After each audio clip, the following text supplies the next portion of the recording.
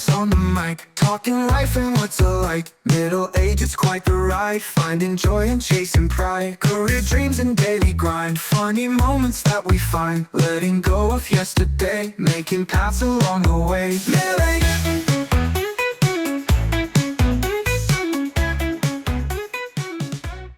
Welcome everybody to the Tim and Trav podcast. As a reminder for those who have been here before, and an intro for first-time listeners, the Tim and Trav podcast is basically about life in our 40s and transitions and everything in between. How are you? And this is where I remind people that we are here to solve all of life's great mysteries. That's right. All of them. Every single one in the next 35 minutes. Let's do it. Let's move. All right. Let's move. Hair care, product tech. What you got, buddy?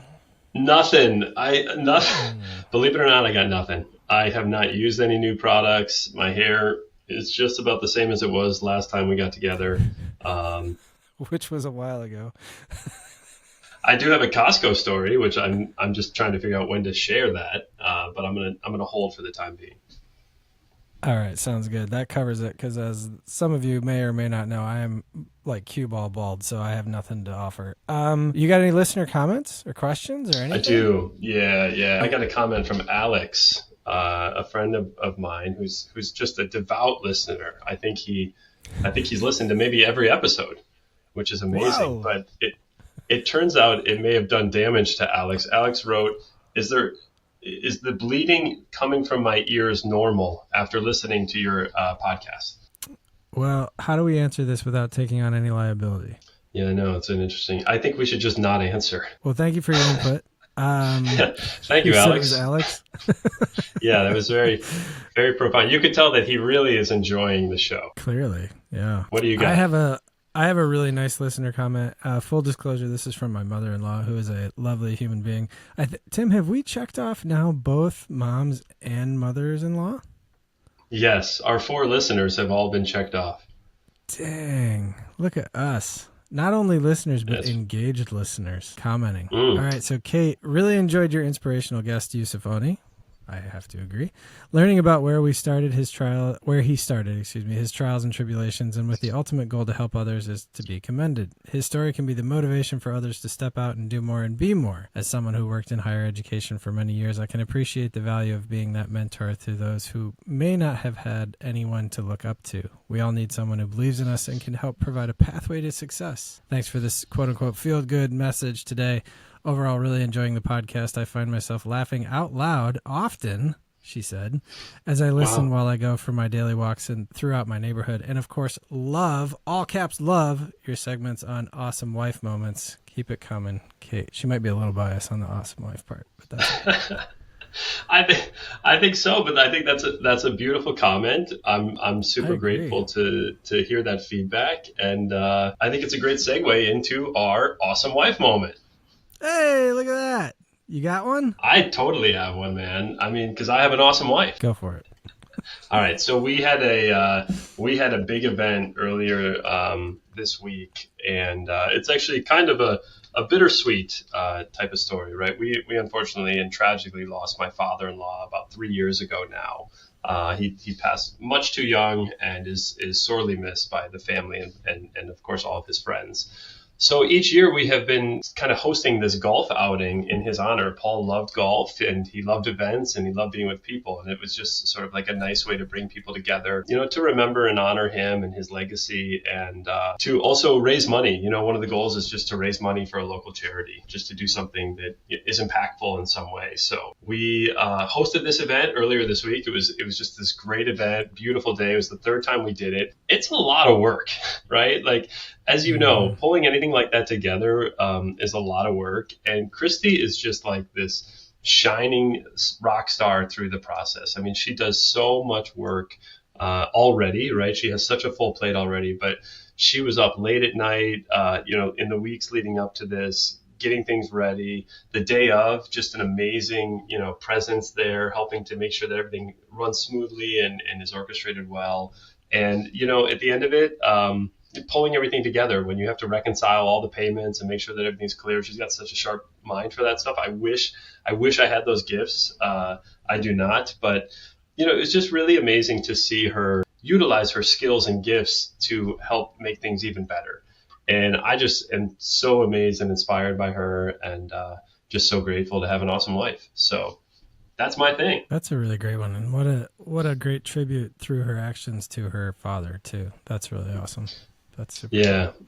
Thanks, Trev. What do you got? I always struggle with this because it's not so much trying to find something, it's trying to pick something from the plethora of options. And I never want to be too general, and I know I was a bit general last week, so I'm going to kind of try and be a bit more specific. We have a very busy fall with birthdays and such coming up in our family. Both my kids have fall birthdays, and then, of course, that leads into Thanksgiving and, Halloween, all this stuff, right? Like all the stuff. And watching her juggle all this so seamlessly while still keeping the whole point of it together, she's great at planning and all those things. We've talked about that before, and I still very much appreciate that. But it's also just like the end game is so prevalent that's why these things come off so well, right? Like that's why the birthdays, it's not just like the cake and all that stuff. It's the how did you make that person feel? Right. That's what she excels at. And I can already tell going into our first birthday with my youngest, Jewel, I can already tell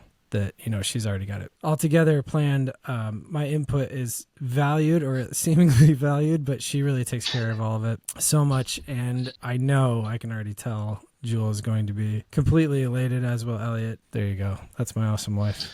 That is nice. Can I make a suggestion? If I could make one suggestion for you, this is going back to your birthday party dilemma. I think I have a suggestion for you as to how you can participate and how your kids will be really excited by your participation. Please, I'm all ears. Okay, so do you purchase streamers too often? Have you done that before and hung them maybe in one room or around the house? Yeah, streamers, no. Banners, yes, but not streamers. What's the streamer thing? Okay. Tell me what you mean. Well, I think you should try it. You know what I mean? You know what I mean by streamer, right? You know what a streamer is? But before the first party, when the kids are asleep, I think you should make sure you have 4 or 5 different rolls of streamers and just rock and roll in one room, kind of wrap it around. You can use blue painter's tape and just, go back and forth, twist it. I've done it and it looks great. And people love it. People love it. Let me just leave it at that. I tell you what, I'm going to do a before and after picture for Jules' birthday, and I will, maybe I'll even get a reaction video and see what she says. Our youngest has a very discerning just eye, give it a try. She's probably going to walk downstairs and be like, wow, Dad, Mom probably should have done that. But, Yeah, it may backfire on you, but give it a shot and let me know how the room looks. I will try, and I'll send you photos. All right, cool. Thank you. So, something awesome you've read, seen, experienced recently? Yeah, this is very interesting. So my brother was in California a week or two ago for work, and he texted me a video of him sitting in the back of a self-driving car, and it totally creeped me out.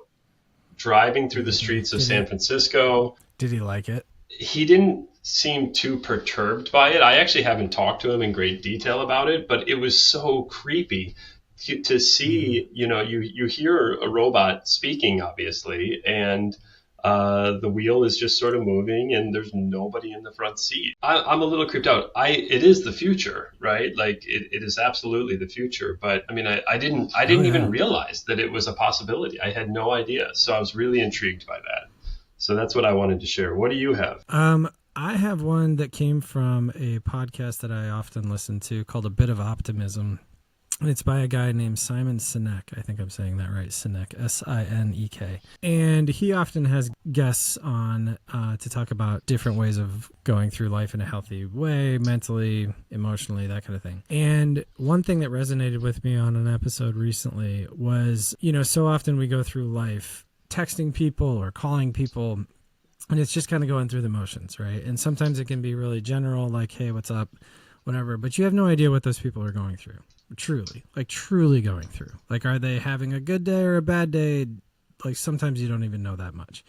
And sometimes I've noticed too, especially being among quite a rather large crowd of professionals who are trying to find their way, have been unemployed for a while due to circumstances out of their control.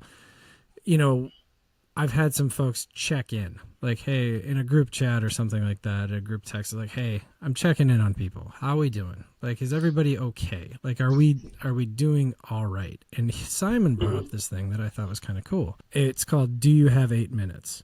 There's some science behind the fact that if you check in with a friend and actually relate to a friend for 8 minutes, even just being around them, not talking about your problems necessarily or anything like that, just literally talking to them for 8 minutes, will actually it'll bump up your endorphins and it'll make you feel better. And look, it's not necessarily like a therapy session, but it is one of those things where, it taps into like our mammal brain of needing to be communal, needing to be around people we care about, that kind of thing. And so if he is with a friend or texting with a friend and he needs to, be around somebody or needs that, he will say, do you have 8 minutes? And conversely, so will his friends. And then they know to pick up the phone. Then they know to, hey, let's meet for coffee this afternoon or whatever it is. Because that 8 minutes is something that they need. And I think if there were more people going through the world knowing that they, can reach out to somebody, a good friend or a family member, and say, do you have 8 minutes? Without saying, hey, this is what I'm going through, blah, blah, blah, blah. I think the world would be a little bit better place. So think about that next time you are not feeling so great, or you're talking to somebody who is not necessarily going through their best time in their life, and just say, hey, I've got this technique or this trick or whatever you want to call it. It's, do you have 8 minutes? And then we'll find 8 minutes. So I thought that was pretty cool. And I wanted to kind of spread that to our 10 people that listen to us. I like that, Trav. As you brought that up, I recalled a text message that I sent to you a year and a half ago, and I said, "Hey, Trav, do you have?" Hold on one sec. I said, "Hey, I'm looking at. I just found it. This was August 13th, 2023. Hey, Trav, do you have 5 minutes?" Your response: "No, leave me alone." Well, two things. Number one, you asked for 5, not 8, so you broke the code. And number two, that was probably part of a longer text chain. And, I've evolved as a person, Tim. Since, what'd you say, August 2023? I'm a whole different guy now. Come on. Fair enough. Allow me some growth. Fair enough. Trev, jokes aside, I've learned and you've learned, right?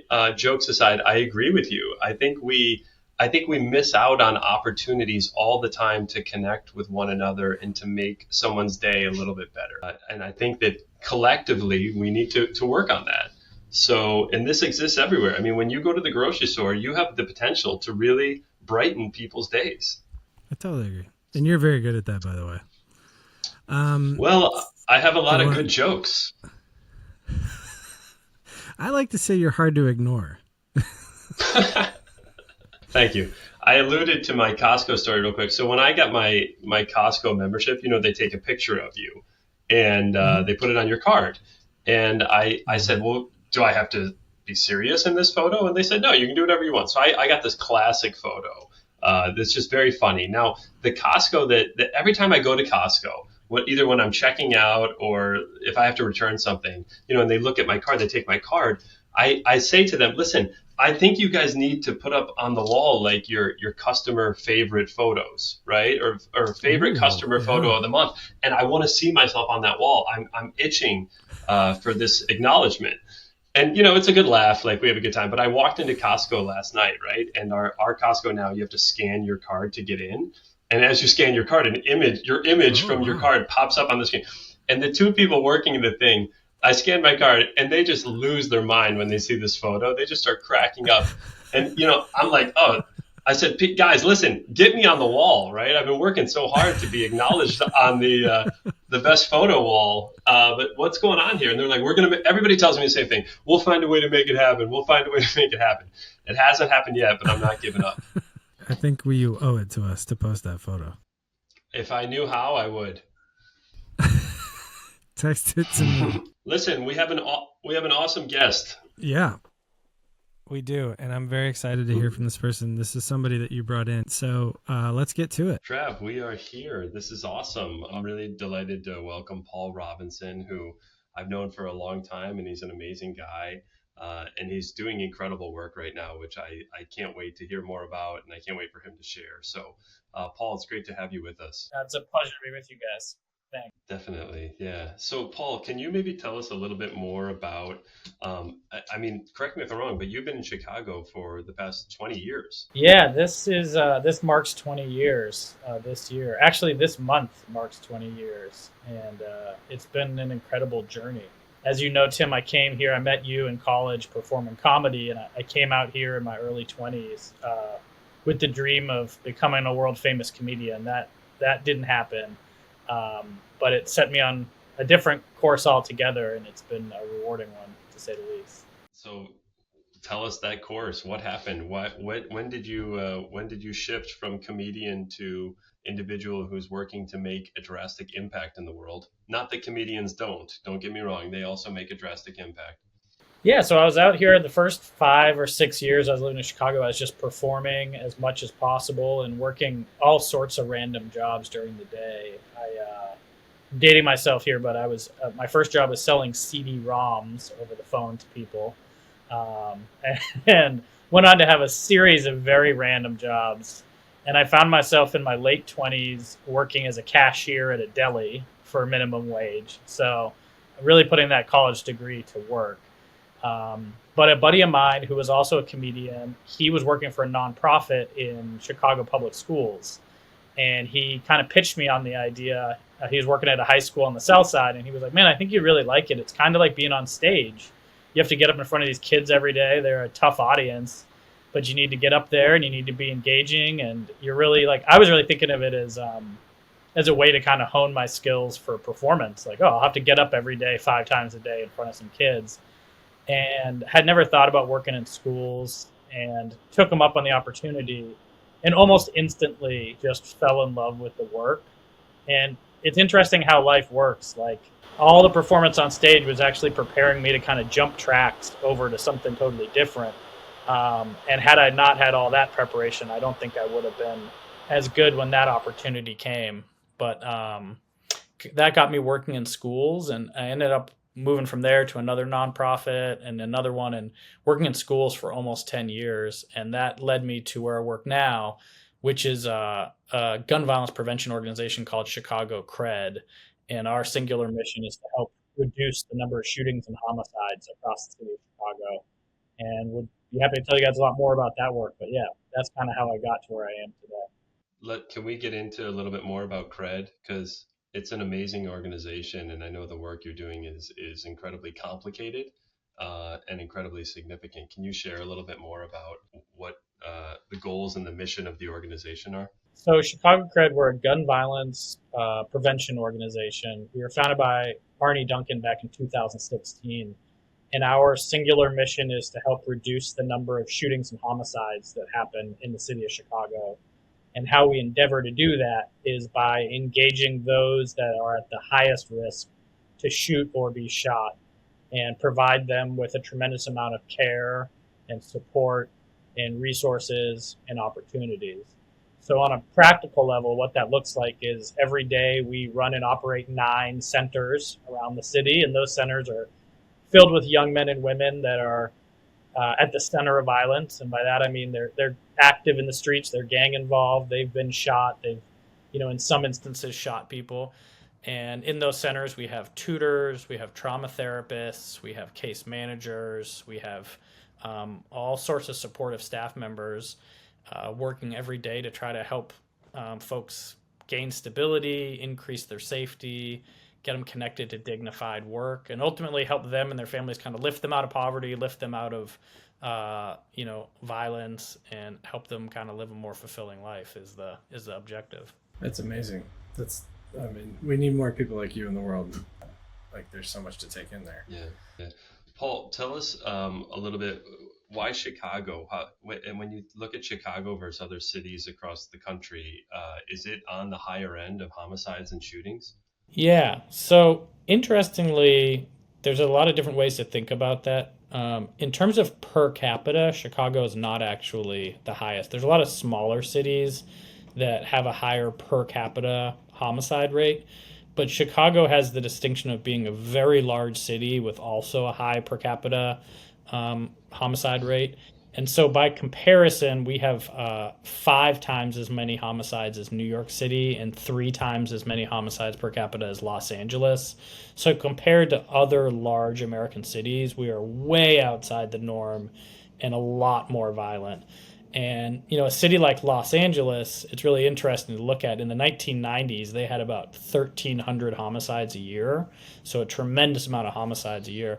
And for the last 10 years straight, little asterisks here, the pandemic, they went over it a little bit, but basically for the last 10 years, they've had under 400 homicides and close to 300 homicides. So there's a lot of cities that have coordinated efforts and been able to dramatically reduce shootings and homicides. So we feel really hopeful in Chicago. There's a blueprint for how to do it if we just have the courage to put the resources behind it and to work with the right people and to make sure that we have a strong strategy in place. Is that a blueprint that was developed by CRED? No, there's, Los Angeles did a lot of tremendous work before CRED was ever founded, and there's been people doing this type of work for a long time. They haven't always gotten the recognition and they haven't always had the funding. But there's always been people indigenous to communities intervening and stopping violence. It's just often they've been overlooked. This is one of the first times in America where our field, which is called CVI, Community Violence Intervention, is finally getting public recognition, is finally getting public funding at a large scale. Suddenly, the White House, the Biden administration, has been a huge supporter of it. And now what you're seeing all of a sudden is all these colleges and universities coming online and researching it. And suddenly there's all this energy and all this momentum, which ultimately is a good thing. But I always want to acknowledge the people that came before us that have been doing this work kind of quietly from a place of passion, but not necessarily without a lot of resources behind them. And you've been at this a long time, obviously. So when you transitioned, basically, your friend called you and you wanted to do this work from kind of a different standpoint. Was this something that is this an issue? Obviously, it's a massive issue. Is this something that you were passionate about prior to having this job? Or is this something that it was just kind of like a happy accident, if you will?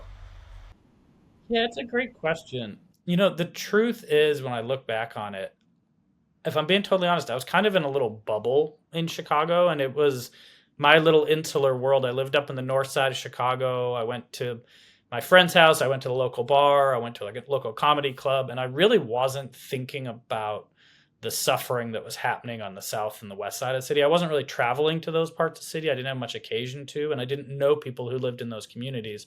So the truth is, I was kind of ignorant to a lot of that. And that job opportunity working in that school, suddenly my bubble kind of was burst, and I was dropped into a world and got to meet people who I started caring about really deeply and learning about what was happening in their community and becoming really curious and wanting to learn more and suddenly wanting to do more. But up until that point, no, I'd kind of had blinders on. Like I was just living my life. And I think most folks are that way, right? We just kind of live our lives and spend time with our friends and our family and go to our job. And until you're exposed to something else, you don't know that it even exists. But once I started to get to know people and started working in different communities around Chicago, I just became really curious and wanted to see what I could do to help. So I've known Paul for a long time. I think since Paul and I were about 18 or 19 years old, right? Which is really amazing. And what I think is worth pointing out in this moment, because you went through such a unique kind of transition from one world to another, is that at Paul's core, and I would speak for anybody who knows Paul, is this heart of compassion and caring for other people, and then he layers on top of that all of these other incredible gifts, which make him really awesome at what he does in his work. So I think, Paul, what's unique about your story and what it encourages other people to think about is that when you you really can accelerate into other areas. And Trav and I are meeting a lot of people who are taking these sort of pivots and doing new things. And for you, that was a big shift. Was there anything, leading up to that point, was there any like sort of unique interactions or engagements that you had that stand out to you now when you look back on that time when you were kind of finding your way towards this, that you think are worth noting or you wouldn't mind sharing? Yeah, I was really fortunate to meet a bunch of incredible people along the way. A few folks that stand out. So one of my early jobs working in the nonprofit field was I actually worked at a domestic violence agency for about 3.5 years. And that job was really unique. I would travel to different schools. So I'd go to one school on Monday and a different school on Tuesday and a different school on Wednesday and do that for 8 weeks and then rotate and go to another. So it was like a crash course on Chicago public schools. And I didn't have a car, so I was taking trains and buses all over the city every day, exploring all these different neighborhoods. And I had the privilege of working with this incredible woman who I'm still really close with this to this day, named Yolanda. And Yolanda and I were like partners in crime. The two of us were in front of the kids every day in the classroom, and it was like teaching about healthy relationships and signs of abuse and stuff like that. And Yolanda was just such a dynamic woman. And basically, I just learned from her. I learned about the community, but I also learned skills, and just she's just so authentic. And in the course of having that job, I was sent to one school called Sherman Elementary on the south side of Chicago. And there was a social worker there who was near the end of his career, a guy named Azell Madden. And I just admired him so much. And I got to spend time in his office and kind of watch him work. And at that time, I just thought that would be the coolest job to ever have, to be a social worker in a school. And he was Mr. Madden, and the kids would come to his office. And they had such respect for him. He had been an institution there. And at one point, he had this thing on his desk that's where he had gone to school. He had gone back to school to get his master's in social work. And I kind of asked him, I was like, what's that? And he explained to me what it was. And a few years later, I applied for grad school, and the only school I applied to was the program that Mr. Madden had gone to. And it was pretty much just because I admired him and I wanted to be like Mr. Madden. And that's where I ended up going back and going to grad school. So it's just funny, people you meet along the way that kind of turn you, 1 degree in one direction or 2 degrees in another direction, and you chart that course. And so, yeah, I have a lot of people to be thankful for. Those are two that come to mind. But even in my current job, I'm very fortunate to be surrounded by a lot of incredible people who I try to learn from every day. That is so cool. I have been trying so hard to get away from Trav for all of these years. So very different from what you just shared. Kind of like the inverse. That's been not going to happen. Sorry, bud. The inverse of what you're going through. No, it's not working. Paul, I love that. I really do. I mean, you're making me think about all the people who have had a significant impact on me, and it's amazing that this one guy essentially steered you in the direction of your grad degree, and the doors that opened too. But you have to be receptive to that. So how would you encourage people to, because a lot of people may not see all of that in front of them all the time. Is there anything that you would say to them in terms of, when you reflect on your own journey? Yeah, it's interesting. We have a lot of like interns and stuff work for us now. And I'm always impressed by a young person I meet who's so certain of what they want to do and who they are already. I don't think that was me. I didn't even go back to grad school till I was in my 30s. I was kind of a late bloomer, you know what I mean? I joke, when I met my wife, I was 27 and I was working at that deli for minimum wage. So like, that's where when we met, that's what I had going on in my life. Like, so I guess I'm impressed by people at an early age who know what they want to do and are certain.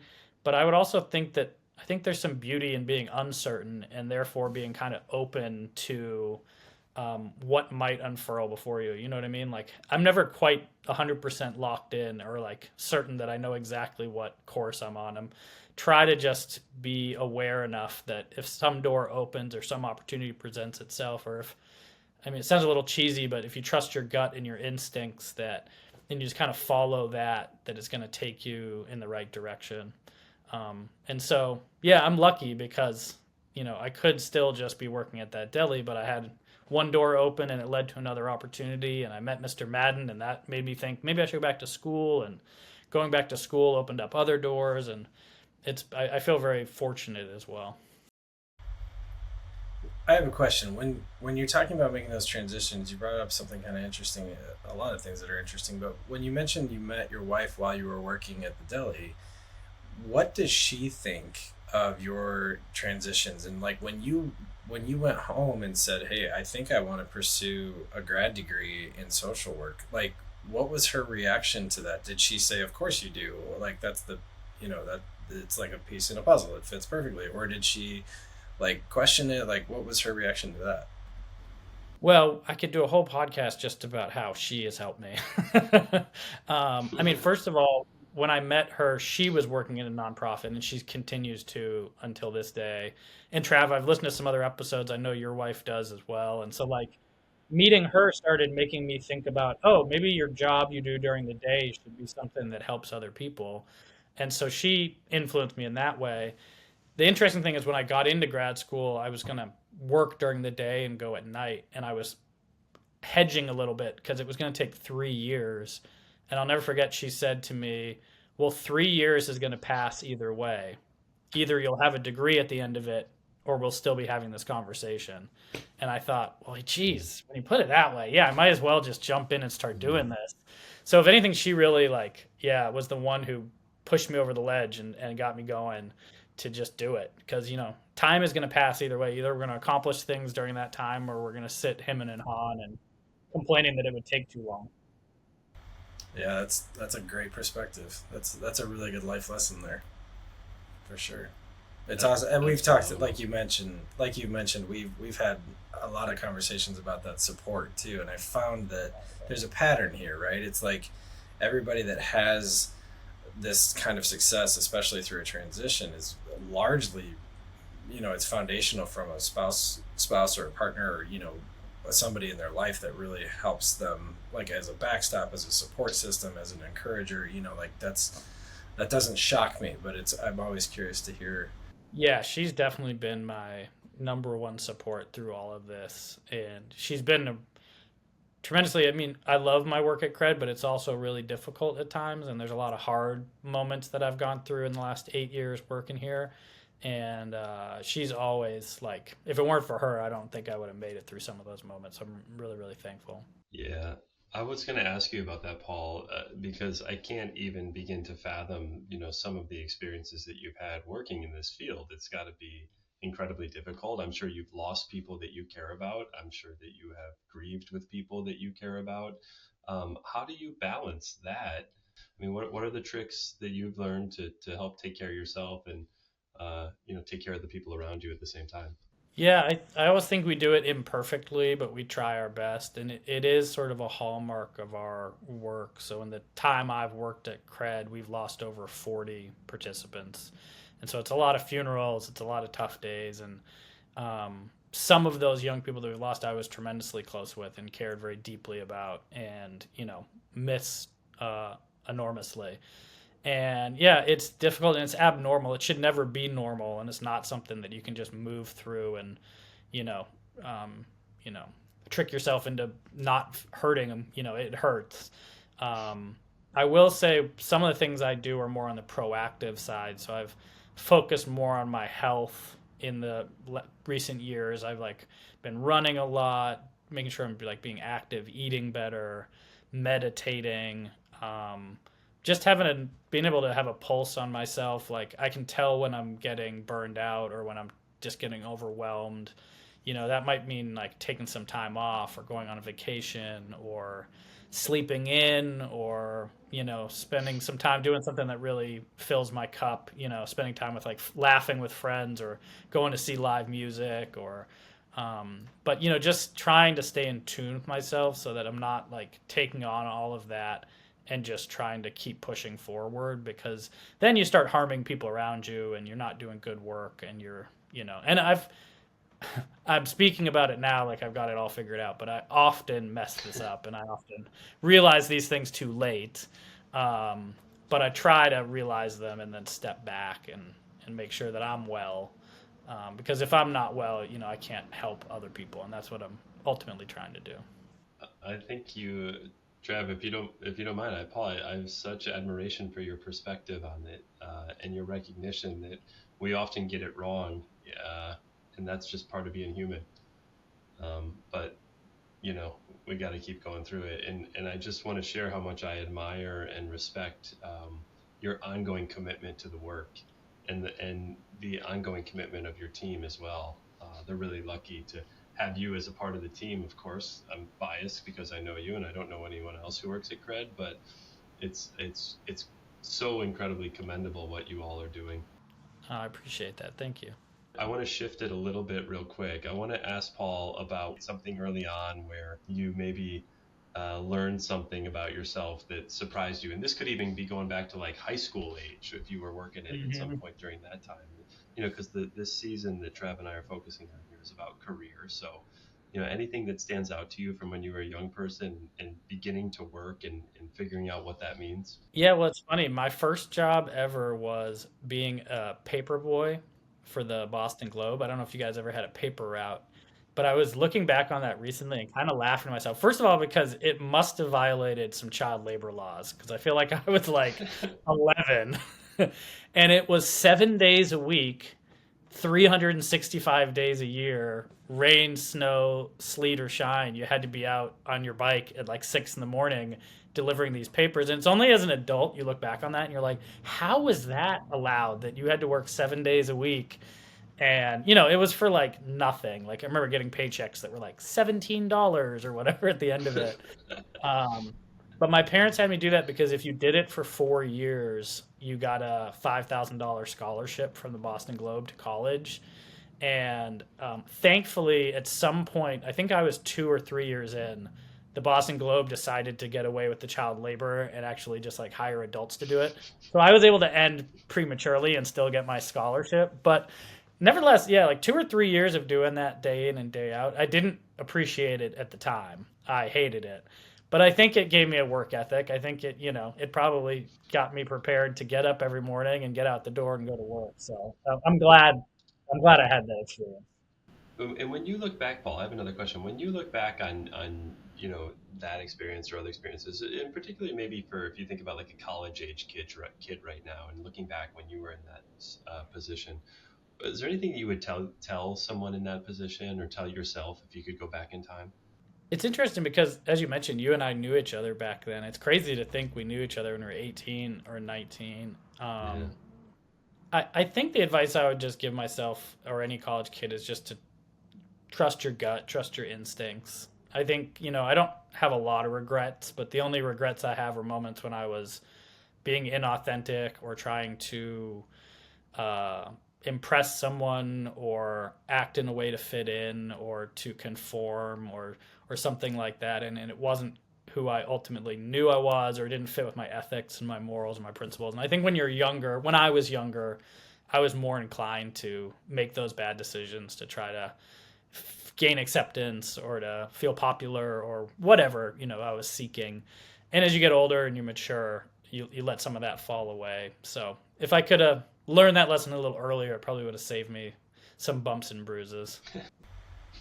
Fair enough. Definitely fair enough. I think we can all say that to some degree, though. That's part of experience in making us human, right? Yeah. Yeah. You know what I love that Paul mentioned though, and I agree with him on this because Paul and I did improv together in college, and I constantly look back on how much of a great training that was for me for being comfortable in front of people or speaking publicly or obviously never knew it at the time. I had a great time when we were doing it. It was really, really fun to do.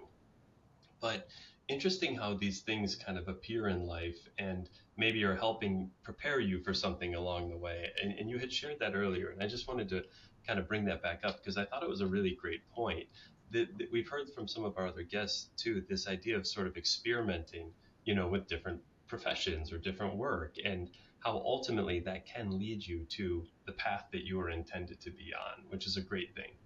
Yeah, I look back on some of those shows we did together, and maybe my recollection is a little too rosy, but I remember some of the shows feeling like they were absolutely magical. Like we were the greatest comedians the world had ever seen. And I think it's because we were also such close friends, and to have that gift of being able to get up in front of an audience with your friends and be really silly and creative and finish each other's thoughts and or like that's the great thing about improv is kind of being so in tune with the person next to you that you are picking up on where they're going or you're able to spontaneously create something with them. And to have those experiences in formative years, when your brain's still developing and you're still kind of figuring out your identity, it really does open you up in a way that I don't know what other experiences could. So yeah, I'm very, very thankful that we had those 4 years performing. at Fairfield.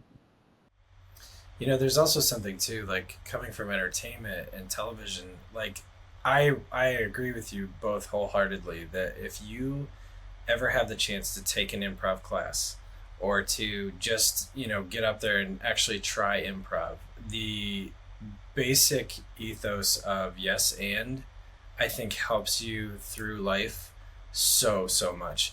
Like, I loathe being on a stage. I'm not good at it. I would rather be behind camera or anything like that.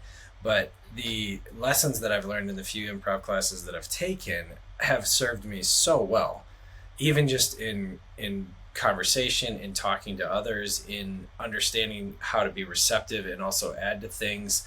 I don't necessarily nail it the way you two probably did on the stage, but just the general idea of it, I think it is very, very helpful. It's a great tool if anybody's listening. So for Paul, when he's listening to this, our sole listener later down the road here. But okay, Paul, you've mentioned a lot of great people. We do have the one question that we ask everybody that we want to ask you to wrap up. Sure. And you mentioned great people and great experiences, but if anybody else beyond that comes to mind, please do let us know. And the question is basically, is there one person or experience that had a profound impact on the individual that you are today? Excuse me. I just graduated from high school, and it was the summer after my senior year, and there was going to be a big party in my hometown. It was going to be like the big last hurrah where I was going to see all my friends before we went to college. But it so happened that same weekend was our orientation at Fairfield. And I was so upset that I had to go away to orientation that weekend. And I didn't want to be there. And I spent the whole weekend pouting, and I'm sure just being a moody teenager and stomping around campus. And at night, they shuffle us into this big theater, and I didn't want to be there. And I sat with my arms crossed, and it was like an entertainment night for the students. And I seem to remember like the first guy was some guy with like a parrot on his shoulder or something. And I was like, this is so corny. And then they said, and now the college improv group on the spot is going to come out to perform. And this group came out on the stage and started performing. And there was this lanky blonde-haired guy who was absolutely hilarious on stage and made me laugh so hard I was crying tears down my face. And I came back from the orientation, and my friends were like, how was it? And I was like, there was this thing. I'd never performed in high school. I was like, there was this thing. It's like a comedy thing you can do at college. That's the one thing that's making me excited to go in the fall.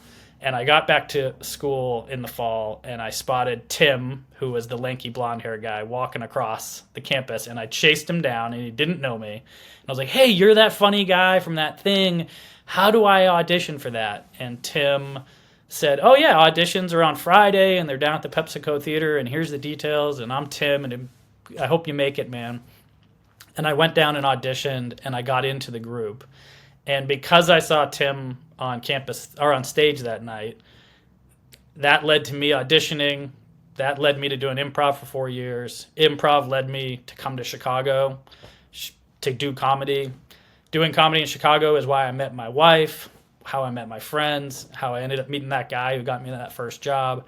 So I guess in conclusion, I'm trying to say, Tim, you're one of the pivotal people I met in life. And had I not seen you on stage that day, I can guarantee I wouldn't be sitting where I am right now. So thank you. All right, all right. That's first of all, that's amazing, and I can tell Paul that you're very sincere. But I'm gonna call BS on something because Tim, if you didn't know that he was gonna say that in advance, Did you get my Venmo, by the way? Because it hasn't hit yet. And we're gonna have to edit that out if I don't get the 200.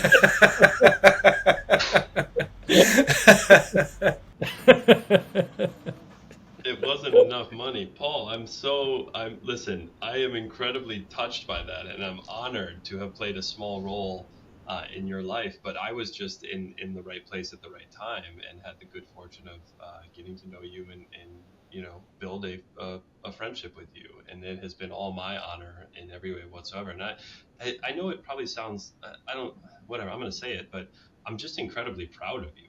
And I'm proud to have a friend like you. As I've known, working in the nonprofit space too, it is a hard space, but these people deserve the care, right? And the only way that we're going to get better as a community is by working together towards a collective good. and you're doing that, and I'm just entirely inspired by you, and so grateful to know you. So thank you for sharing that story. And it's a unique story about how people can have an impact on others without ever knowing it. I would encourage everybody to look up the lollipop story on TED. It's a TED. Just if you Google TED lollipop story, it's a really, really interesting story, and it kind of speaks a little bit, Paul, to what you were just sharing. So thank you. Absolutely. Well, I mean, and thank you guys for having me on. This is such a great opportunity. Well, the opportunity is all ours. Thank you, Paul. We really appreciate it. And I have to say that, Paul, I feel like I know you even better now, just in these few minutes, knowing that story, because we've shared similar paths in that sense. So thank you so much for your time today. Thank you so much for the work that you do. I can tell that you put so much good into the world that we should all try and match. So thank you very much for taking the time and for offering that up today. Oh, Paul, what's the best way for people to learn more about your organization? Yeah, you can go to our website, chicagocred.com. We're also on Instagram, Twitter, Facebook. If you Google us, Chicago Cred, we've been fortunate to have some really wonderful press about the work we're doing. So there's some videos out there.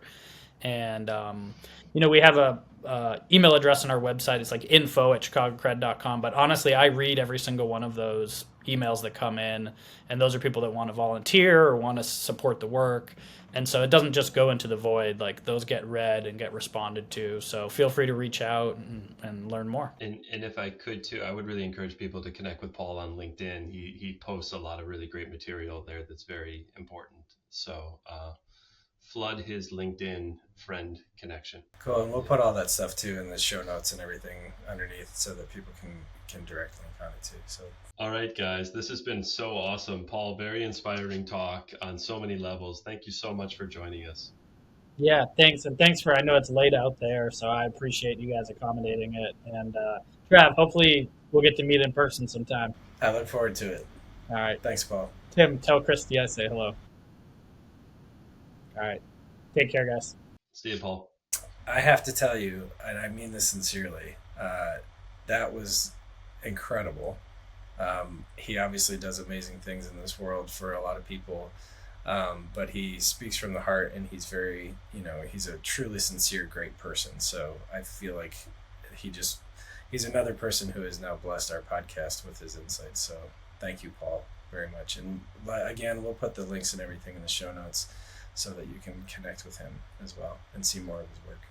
Yeah, I agree, Trav, with everything you just said. You know what, Tim? I have to say, your network of people, when we started this thing, I was not necessarily sure that I and you would come up with a bunch of people that could offer insights the way they do. And I have to pause and give you props, because everybody that you have brought on has been really insightful, and their candor is very much appreciated. And I think you deserve a little pat on the back for that. That's the nicest thing you've ever said to me. I can't believe you didn't have something to say. That's a first. Thank you, Trev. That's very kind. Listen, we are enriched by the presence of others, right? So I'm very grateful to be surrounded by a lot of dynamic people, and sure. I get a lot out of my relationships with them. So it's fun. I mean, this is the joy of this experience with you is hearing these awesome voices. I totally agree. And also, I get to spend some time with you. Should we go to our sponsors? Yeah, we need to.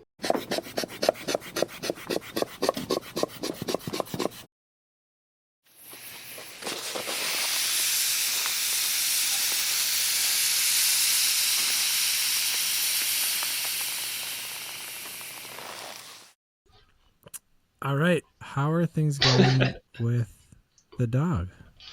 Well, thank you for asking. So, as you may recall in our last episode, I was expressing my dissatisfaction with boarding bills and the conundrum over whether or not to keep her here when we were having events at the house. Mm-hmm. We had a little bit of an event over the past weekend for my daughter's birthday.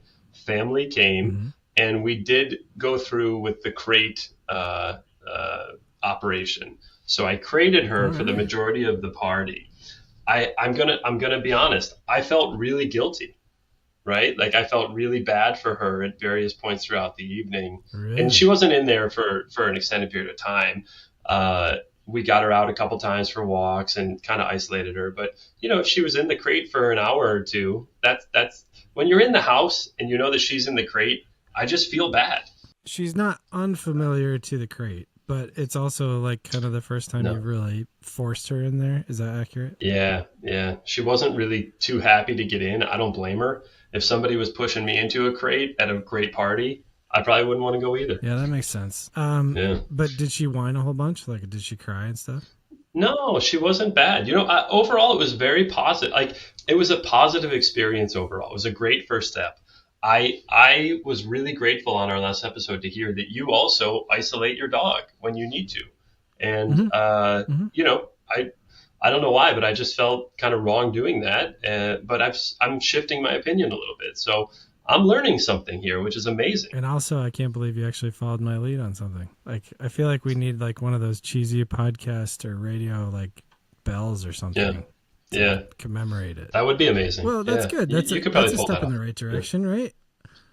Yeah, it was a good step. I still would encourage people to write in about my dog share program, however. Yeah, that's fair. All right. Tim and Trav podcast at gmail.com, or you can comment or review in any of the YouTube and or Spotify or Apple Podcasts or wherever you might be listening. We have a nice way of gathering all those reviews and notes. So tell us about Tim's wrongdoings. That's really what that's for, just so everybody knows. Thank you. Thank you so much. I'm glad it worked, though. That's good. And also, too, we need to not gloss over something. You felt bad for your dog. True. Like, that tells me you care about that dog, Mr. Cynic. I mean, or I have just sort of like a guilty complex, right? That kind of permeates into all aspects of life. Well, I'm going to take it as like a half win then. How about that? Okay. Yeah. We're fine right now, but there's always work to be done. Yeah. So, well, isn't there always? Yeah. That's fair. Yeah. All right. Cool. Yeah. Well, good, dude. I'm very happy about that. Yeah. Thank you. That makes me happy. I'm glad you're happy. It's been great to check in, and great guests, great episode, and looking forward to next week. Tim, thank you as always, and thank you to our listeners. Again, if you have anything to write in or tell us, Tim and Trav podcast at gmail.com, or you can leave a note or a review. Actually, we are finding that all things analytics, I should say, it really does actually help when you like and subscribe to the podcast. And by help, we mean that more people can hear it. We actually get immediate response. We know what we're doing right, wrong, etc. So please do that. We value your input. All right, Tim, thank you very much. I appreciate it, dude. Thanks, Trav. Good to see you. You too, buddy. Bye. Tim and Travis on the mic, talking life and what's it like. Middle age, it's quite the ride. Finding joy and chasing pride. Career dreams and daily grind. Funny moments that we find. Letting go of yesterday, making paths along the way. Middle age.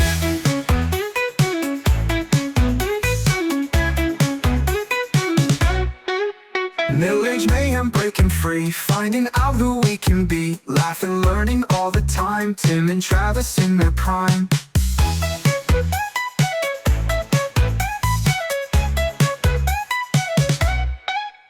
Every step a brand new plan, older, wiser, still we stand, navigating through the years, sharing stories, laughs and cheers.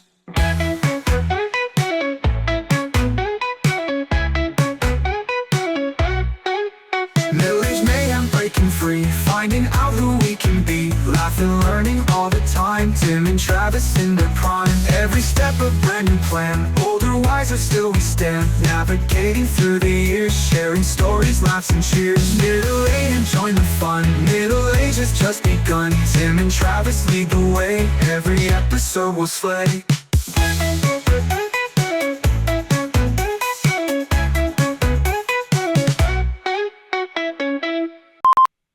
That was a fun beep. What was that? All right, so we usually start. I'm going to sing the Star Spangled Banner. No, you're better at it. I hope this isn't part of the podcast. I think think I ate some bad chicken wings tonight for dinner. That's a lot of buildup. Seriously, I know I give Tim Emma shit, but like it. Yeah, he does. Hey, Pa. Add it to the list. We did it. Look at that.